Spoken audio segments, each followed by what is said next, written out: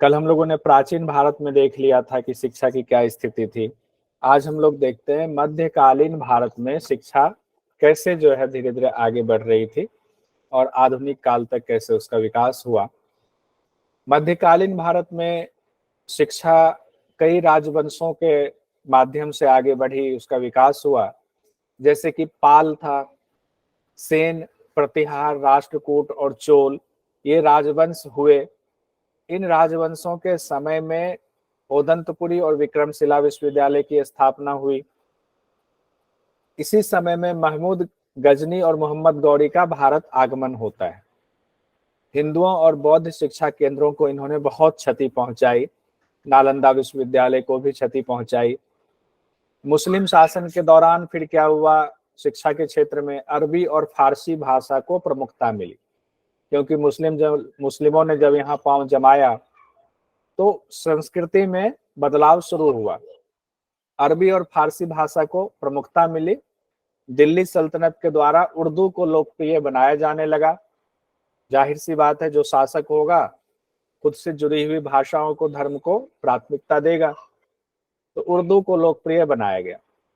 मुस्लिम शिक्षण संस्थान के केंद्र क्या हुए, तो मस्जिद को ही शिक्षण संस्थान का केंद्र स्थापित किया गया। मतलब मस्जिदों में ही उर्दू शिक्षा की पढ़ाई होती रही और वो आगे बढ़ता रहा। बहुत ज्यादा उसमें हम नहीं जाएंगे। जब से अंग्रेजों का समय आया उस समय से क्या बदलाव हुए, इससे क्वेश्चन भी हमारे पूछा जाता है, तो वो देख लेते हैं। उच्च शिक्षा की जो पारंपरिक शैली है उसमें सबसे बड़ा परिवर्तन कब हुआ, जब अंग्रेजों ने यहाँ पांव जमाना शुरू किया। यानी कि 1600 ईस्वी माना जाता है कि 1600 ईस्वी में कंपनी राज यहाँ पे पनपने लगा और उसके बाद करीब 200 साल 1800 ईस्वी तक अंग्रेजों ने कई इलाकों को जीत लिया। तो एक तरह से वो शासन की स्थिति में पहुंच गया था। तो जैसे जैसे अंग्रेजों का नियंत्रण हुआ हिंदुस्तान पर, वैसे वैसे शिक्षा की जो औपचारिक प्रणाली थी जो अभी चल रही है वो स्थापित होनी शुरू हुई। 1817 में कोलकाता में हिंदू कॉलेज की स्थापना हुई। इसे आधुनिक समय में उच्च शिक्षा की शुरुआत माना जाता है। यानी कि पहला जो कॉलेज स्थापित हुआ, अगर एग्जाम में आ जाए तो वो कोलकाता में हिंदू कॉलेज की स्थापना हुई। लॉर्ड मैकाले जो है उन्होंने बहुत सारी सिफारिशें की थी। लॉर्ड मैकाले की अनुशंसा के आधार पर 1857 में लंदन विश्वविद्यालय की तर्ज पर ही कलकत्ता, मुंबई और मद्रास में विश्वविद्यालय की स्थापना हुई। अभी एक बार मोटा मोटा देख लेते हैं, फिर एक एक करके देखेंगे कैसे विकास हुआ। 1918 में हैदराबाद के निजाम थे, उन्होंने उस्मानिया विश्वविद्यालय की स्थापना की और यहाँ उच्च शिक्षा का माध्यम था उर्दू, यानी उर्दू को ही उच्च शिक्षा का माध्यम रखा गया। जो उस्मानिया विश्वविद्यालय की स्थापना हुई उसमें। फिर अलीगढ़ मुस्लिम विश्वविद्यालय की स्थापना हुई 1920 में। हालांकि 1875 में ही अलीगढ़ मुस्लिम एंग्लो ओरिएंटल कॉलेज की स्थापना हुई थी। उसी का नाम बदला गया 1920 में और उसको अलीगढ़ मुस्लिम विश्वविद्यालय बना दिया गया। 1925 में स्थापित इंटर यूनिवर्सिटी बोर्ड का नाम बदलकर भारतीय विश्वविद्यालय संघ कर दिया गया। ये मोटा मोटा था। अब हम लोग अंग्रेजों के समय में कैसे विकास हुआ एक एक स्टेप देखते हैं। अंग्रेजी शासन के दौरान कई अधिनियम आए, कई आयोग बने, उनकी अनुशंसा को लागू किया अंग्रेज राज में। चार्टर अधिनियम 1813 आया। आधुनिक शिक्षा प्रणाली की नींव यहीं से मानी जाती है कि यहीं से आधुनिक शिक्षा प्रणाली की नींव डाली गई। इस अधिनियम के अंतर्गत ईसाई मिशनरियों को भारत में अपने धर्म के प्रचार की अनुमति दी गई। अब देखिए, पहले मुस्लिम आए, उन्होंने उर्दू को स्थापित किया, उसका प्रचार प्रसार हुआ। उसके बाद अंग्रेज आए तो उन्होंने 1813 में जो पहला चार्टर आया उसमें उन्होंने कहा कि मिशनरीज को, कि ईसाई धर्म को अब हिंदुस्तान में बढ़ाना है। परिणाम स्वरूप क्या हुआ, जो हम लोगों ने ऊपर देखा, 1817 में जो कोलकाता में यानी कलकत्ता उस समय हिंदू कॉलेज की स्थापना की गई, तो उसमें अंग्रेजी भाषा था, उसमें मिशनरीज का ही वो पूरा नींव था एक तरह से। यानी कि मिशनरीज की तरफ से ईसाई धर्म को आगे बढ़ाने के लिए हिंदू कॉलेज की स्थापना की गई, जो 1855 ईस्वी में प्रेसिडेंसी कॉलेज बना, और यही 2010 में प्रेसिडेंसी विश्वविद्यालय बन गया। तो एक जो कॉलेज की स्थापना हुई उसमें 3 चीजें आ गई। आपको कहे कि हिंदू कॉलेज की स्थापना या प्रथम जो कॉलेज की स्थापना हुई हिंदुस्तान में कहाँ हुई, तो कोलकाता में 1817 में। उसी को 1855 में उसका नाम बदल दिया गया, प्रेसिडेंसी कॉलेज किया गया, और 2010 में प्रेसिडेंसी विश्वविद्यालय उसका नाम कर दिया गया। 1823 में एलिफिंस्टन रिपोर्ट आई।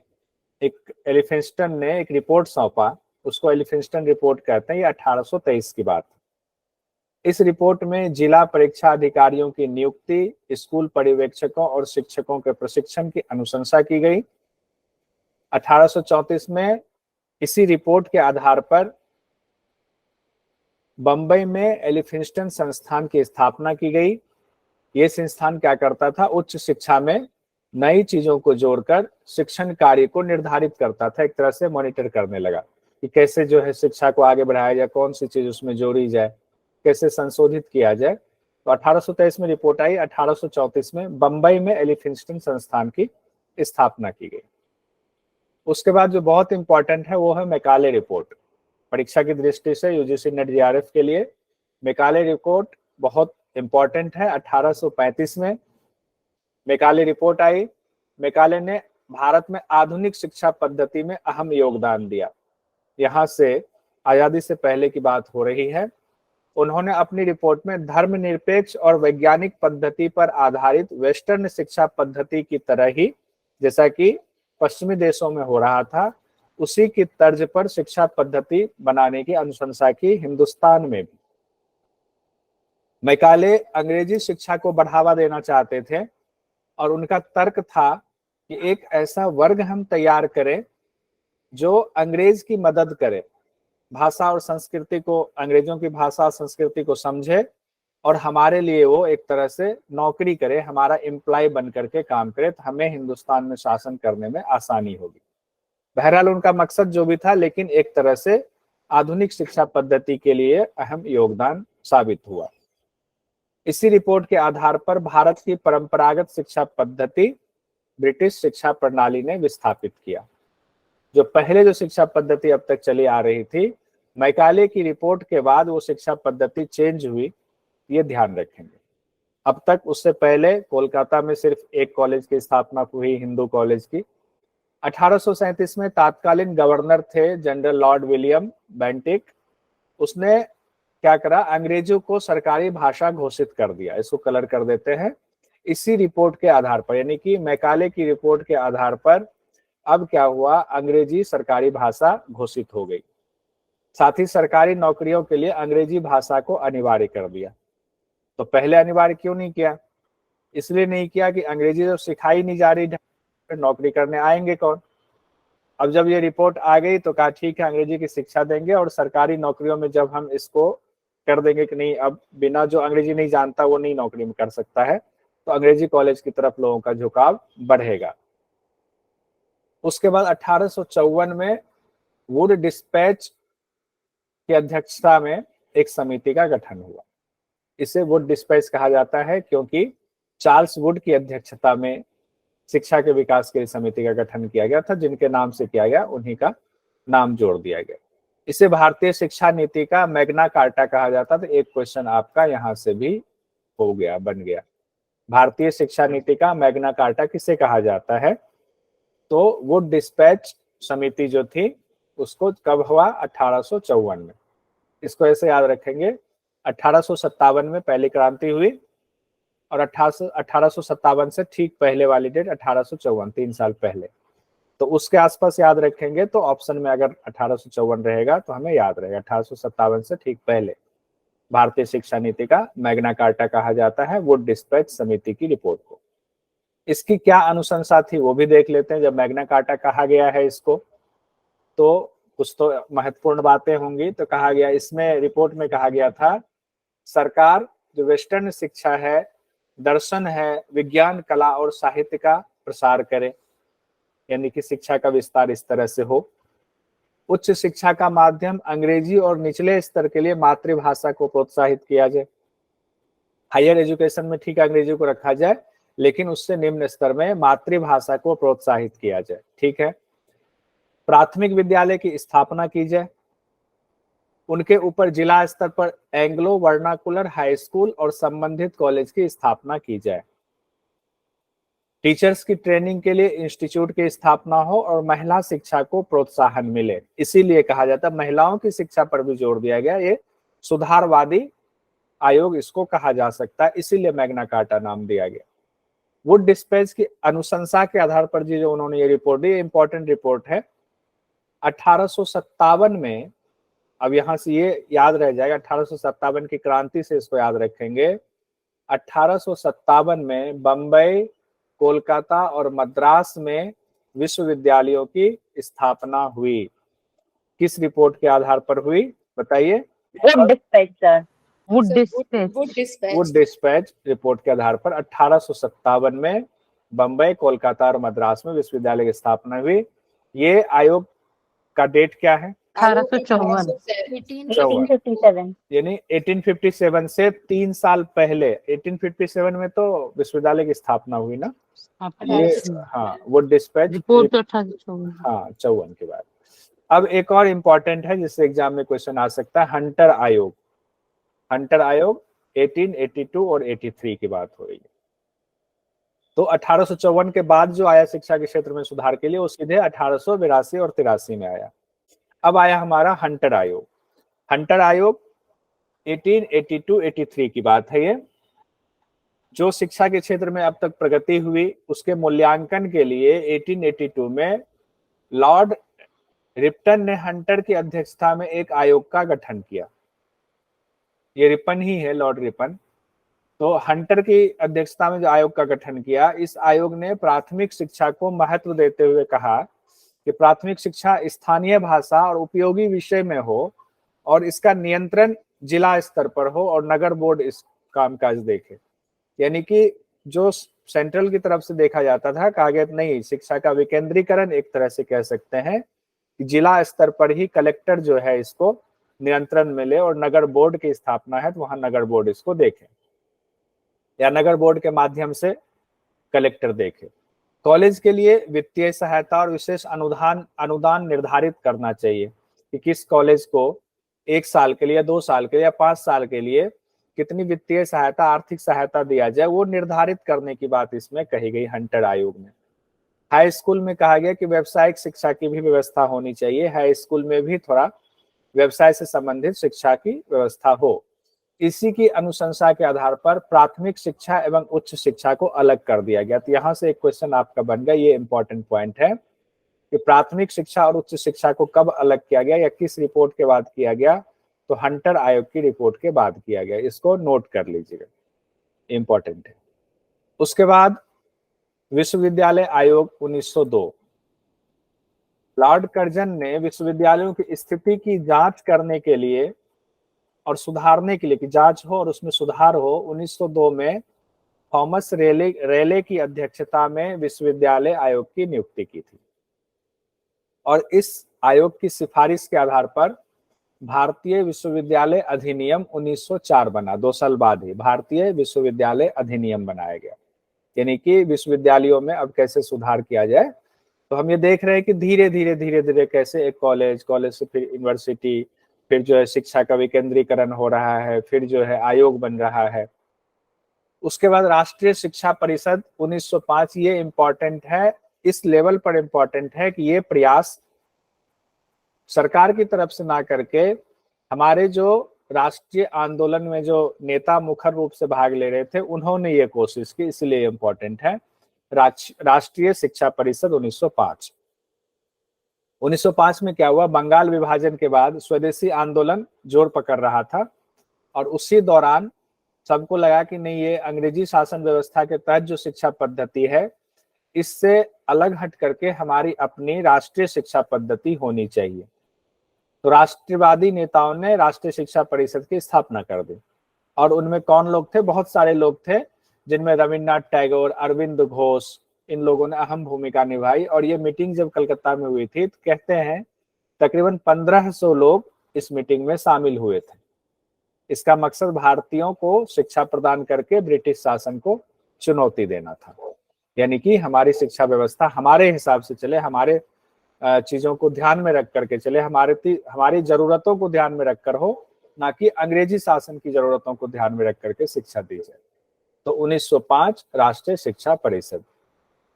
उसके बाद राष्ट्रीय नीति पर संकल्प 1913, फरवरी 1913 में नवीन शिक्षा नीति संबंधी सरकारी संकल्प पारित किया गया। अब फिर से सरकारी वाला आ गया। उसमें क्या कहा गया, प्रत्येक प्रांत में एक विश्वविद्यालय की स्थापना की जाए। अभी तक 3 विश्वविद्यालय था, कहा गया नहीं, हर प्रांत में एक विश्वविद्यालय हो। टीचर्स के प्रशिक्षण पर ज्यादा ध्यान दिया जाए। लेकिन हुआ क्या कि इस रिपोर्ट को शामिल नहीं किया जा सका। किन्हीं का माइक खुला है, देख लीजिएगा। 1914 में प्रथम विश्व युद्ध हो गया, तो उसके बाद जो ये संकल्प दिया गया, राष्ट्र शैक्षिक नीति का संकल्प पत्र था, उसको क्रियान्वित नहीं किया गया। उसके बाद कलकत्ता विश्वविद्यालय आयोग, अब ये अलग से कलकत्ता विश्वविद्यालय जब बन गया 1857 में, तो 1917 में कलकत्ता विश्वविद्यालय आयोग की जो है रिपोर्ट आई। क्या था इनमें, माइकल सैडलर के नेतृत्व में कलकत्ता विश्वविद्यालय की समस्याओं का अध्ययन करने के लिए इस आयोग का गठन किया गया। इनकी सिफारिशें क्या थी, इंटरमीडिएट क्लासेस विश्वविद्यालय से अलग की जाए, यूनिवर्सिटी से, यानी कि 10+2 वाला, और इंटरमीडिएट परीक्षाओं के लिए माध्यमिक बोर्ड का गठन हो, जो कि अभी भी इंटरमीडिएट परीक्षाओं के लिए माध्यमिक बोर्ड का गठन है, उन्हीं के माध्यम से होता है। कलकत्ता विश्वविद्यालय को भारत सरकार के नियंत्रण से हटा दिया जाए और बंगाल सरकार के अंतर्गत कर दिया जाए। स्नातक स्तर पर 3 साल का पाठ्यक्रम हो, प्रत्येक विश्वविद्यालय में एक कुलपति की नियुक्ति हो और एक अंतर विश्वविद्यालय स्थापित हो। ये इनकी रिपोर्ट में कहा गया था। और उसके बाद क्या हुआ, इनकी अनुशंसा के आधार पर मैसूर में, पटना में, बनारस, ढाका, लखनऊ, हैदराबाद में विश्वविद्यालय की स्थापना हुई। तो ये भी इम्पोर्टेंट है।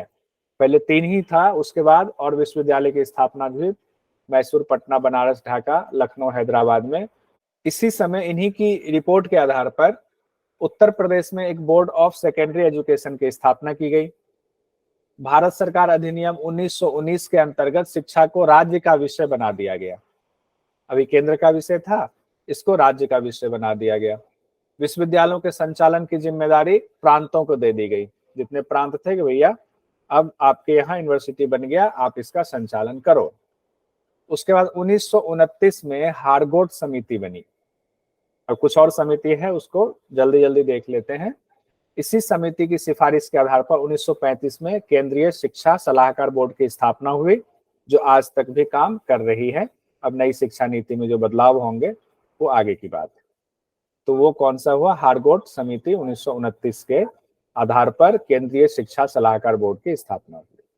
सप्रू कमेटी 1934, सप्रू कमेटी 1934, इन्होंने क्या करा, बेरोजगारी के कारणों की जांच की और उसके बाद इन्होंने अपनी सिफारिश सौंपी थी।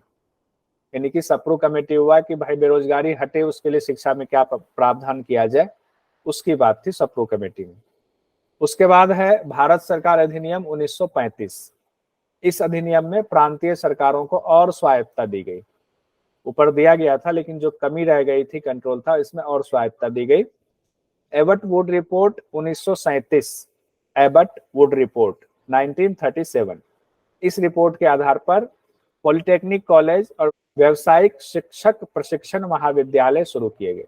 जो हम लोग पहले सुनते थे पॉलिटेक्निक कॉलेज, उसका एग्जाम होता था, बहुत मशहूर होता था, लोग एग्जाम पास करते कहते फलाना बच्चा पॉलिटेक्निक कॉलेज में उसका एडमिशन हो गया या पास कर गया है। तो इसी रिपोर्ट के आधार पर, किसके आधार पर, एबट वुड रिपोर्ट के आधार पर पॉलिटेक्निक कॉलेज की स्थापना हुई थी और साथ ही टीचर्स ट्रेनिंग के लिए महाविद्यालय शुरू किए गए।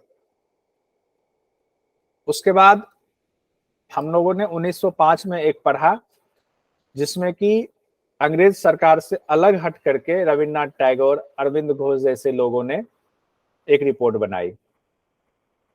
उसके बाद वर्धा में शिक्षा योजना, वर्धा शिक्षा योजना 1937, ये शिक्षा योजना महात्मा गांधी की देन है। अब ध्यान रखेंगे, एक ऊपर आया, एक दूसरा यहाँ आया। वर्धा शिक्षा योजना 1937, ये शिक्षा योजना महात्मा गांधी की देन है। 1937 में क्या हुआ, वर्धा में एक अखिल भारतीय शिक्षा सम्मेलन का आयोजन किया गया था और गांधी जी ने यहाँ पर एक योजना प्रस्तुत की थी। तो गांधी जी ने क्या सिफारिश की थी, उन्होंने कहा था कि 7 साल से लेकर 14 साल के बच्चों के लिए निःशुल्क और अनिवार्य शिक्षा की व्यवस्था होनी चाहिए। साथ ही उन्होंने कहा कि शिक्षा का माध्यम मातृभाषा होना चाहिए, जिससे विद्यार्थी स्वावलंबी बने, छात्र को उसकी रुचि के मुताबिक व्यावसायिक शिक्षा मिले। लेकिन हुआ क्या कि इतनी अच्छी योजना 1937 में उन्होंने दिया, अब इस पर अमल होते होते साल 2 साल 3 साल लगता। हम लोग जानते हैं द्वितीय विश्व युद्ध शुरू हो गया 1939 में। अब 1939 में द्वितीय विश्व युद्ध शुरू हो गया, तो उसकी वजह से महात्मा गांधी की वर्धा शिक्षा योजना की सिफारिशों को लागू नहीं किया गया, अंग्रेज उधर इन्वॉल्व हो गए। उसके बाद 1944 में सार्जेंट योजना आई। अब क्या थी सार्जेंट योजना, कहते हैं भारत सरकार के शिक्षा सलाहकार थे सर जॉन सार्जेंट। इन्होंने एक योजना प्रस्तुत की, एक रिपोर्ट दिया जिसे सार्जेंट रिपोर्ट कहा जाता है। इसकी मुख्य सिफारिश इस प्रकार से है, देश में प्राथमिक विद्यालय और उच्च माध्यमिक विद्यालय स्थापित किए जाएं, 6 से 11 साल के बच्चों को निःशुल्क और अनिवार्य शिक्षा की व्यवस्था हो, 11 से 17 साल के छात्रों के लिए 6 साल की शिक्षा की व्यवस्था हो, उच्च विद्यालय 2 प्रकार के हों, विद्या विषयक और प्राविधिक और व्यावसायिक, यानी कि उच्च विद्यालय जो हाई स्कूल हो उसमें टेक्निकल शिक्षा की भी व्यवस्था हो। इसे द्वितीय विश्व युद्ध के बाद भारत में शिक्षा योजना का विकास भी कहा जाता है। यानी कि द्वितीय विश्व युद्ध में जो वर्धा योजना, वर्धा रिपोर्ट थी महात्मा गांधी की, वो तो शामिल नहीं किया गया। उसके बाद समय हो गया लंबा, तो सार्जेंट ने अपनी रिपोर्ट शामिल की। उसमें महात्मा गांधी के भी एक चीज को शामिल किया गया कि बच्चों के लिए निःशुल्क और अनिवार्य शिक्षा की व्यवस्था हो। क्योंकि महात्मा गांधी ने कहा था 7 साल से लेकर 14 साल के बच्चों के लिए, इन्होंने 6 साल से लेकर 11 साल के बच्चों के लिए निःशुल्क और अनिवार्य शिक्षा की व्यवस्था हो, ऐसा कहा।